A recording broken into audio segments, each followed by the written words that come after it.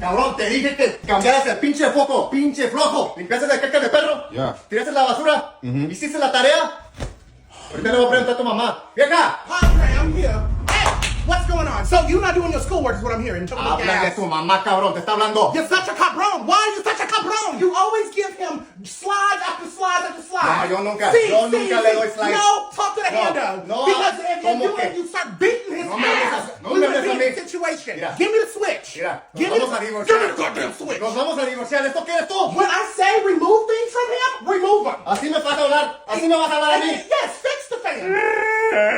¿Por qué estás llorando? You were acting like a real ¿Por qué estás llorando, cabrón? Date de razón para llorar, cabrón. And this should have been the first thing you did, the first minute. Do your schoolwork. You over here drawing pictures and paintings of dreams like you're Insidious. ¿Qué es What's esto, güey? going on? ¿Qué es esto? ¿Vas a la escuela para esto?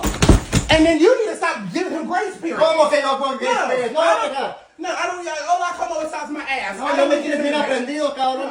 No. Ahorita regreso, güey.